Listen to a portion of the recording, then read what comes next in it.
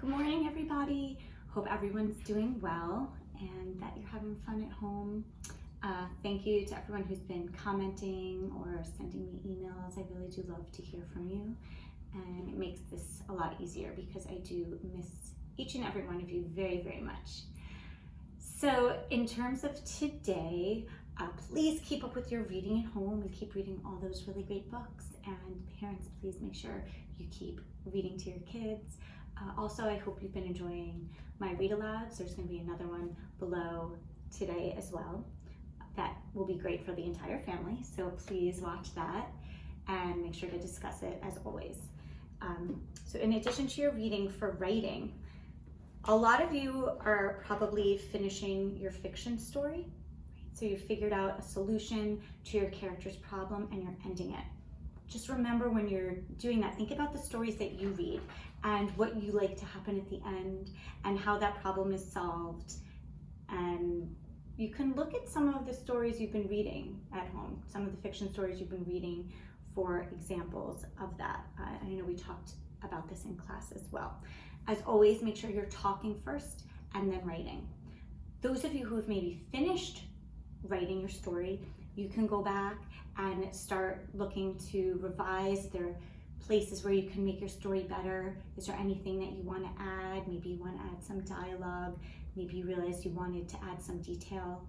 Do that. And then you can go back in and edit as well, right? Look really closely, read word by word. If you notice a trick word that's spelled wrong, that you wrote incorrectly the first time because you were just trying to get your thoughts down on paper as quickly as you can, but then when you're reading it, you realize you spelled that word wrong. As we do in class, just cross it out and then write the word above it correctly. Same thing if you notice that you missed a sound or maybe added some extra sounds. So take your time, and parents, just so you know, during writing, the children try not to erase. I like to see their growth in terms of editing, so that's why they just put a line through it. One line, not like a big cross out, just one line, and then write the word correctly above. And again, if there are mistakes, parents, just leave them. That's totally fine. So work on finishing up these fiction stories, and then when we get back to school, I'm so excited to hear all of them and see all of the beautiful illustrations, because I know there's going to be some beautiful illustrations to match that writing. So for word study, we're really, like I said, we had finished Unit 8 in class with those blends, but they're really hard. So the more practice, the better.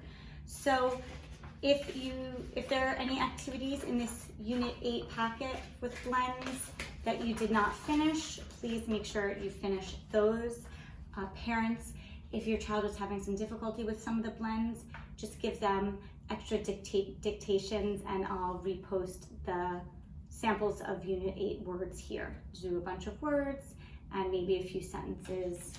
And again, you have plenty of the writing grid for that work.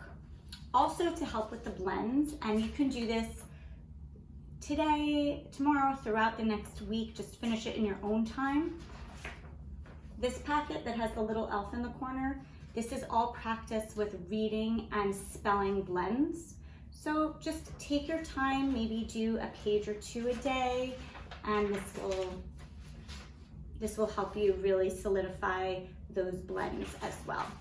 And a lot of those pages are pretty fun too. I think you'll like those. Okay, for math, you haven't done a sprint yet this week, so why don't you show your parents how you do the sprints. You're gonna do lesson 7 sprint, just the first side. There's another one on the other side, which we'll save till next week. So just do the first side. Parents, the ones after number 23, those can be challenging. It's like algebra, there's like a missing part there. So if your child is having difficulty with those, don't worry about it. You could just try to help walk them through it. But if they're not understanding those, that's really like a bonus. They're not expected to know how to do those at this point. But it's a great challenge. So if your child wants to try it, great, go for it. If they want to try it with your help, fantastic. And if it's feeling frustrating, just stop. Which actually, I haven't spoken about this yet, but I know it's probably really different to be doing all this work at home. And if there is a point where frustration sets in, just take a pause. Feel free to email me. I can give you some suggestions, but we do want to try as much as possible to keep the learning time fun and light. It could be really helpful to take breaks, so maybe just not doing all of this work at once. Although I know some of the children are going to want to do it because, you know, they're going to enjoy doing it and want to do it all at once, and other children are really going to need breaks worked in. In my house, I have one of each, so I completely get it. And, you know, you just have to kind of go with your child. Kids, so it's really important that you do this work, but how it gets done, you can plan out with your parent. If you're someone that needs breaks, that's okay.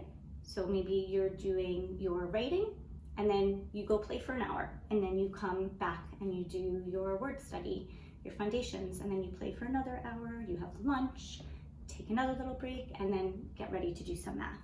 So you got to figure out your own rhythm, but let me know if you need help with that as well. So for math, you're going to do that sprint, and then you're going to play this really fun game called the Great Bug Chase. And the way you play this, and the directions are on here as well, you roll one die and then you add 10 to the number, and you move that many spaces. Okay, so you're moving along, and it's in the 120 chart, so it goes, you know, just like the hundreds charts we've worked with in class. And if you land on a flower, you get to move 10 more spaces. Okay? If you land on the bug, you have to go, the bee, I should say, you go back 10 spaces. And whoever gets closest to 120 first wins that round. But again, you can play over and over. If you have siblings, you can play with them. Again, we're just trying to really get comfortable with that adding 10 and taking away 10. So I hope that you've been doing well at home and that this is all clear. Please email me if you have any questions at all. Again, check out the read aloud that I'm going to do in a bit, and have a great weekend.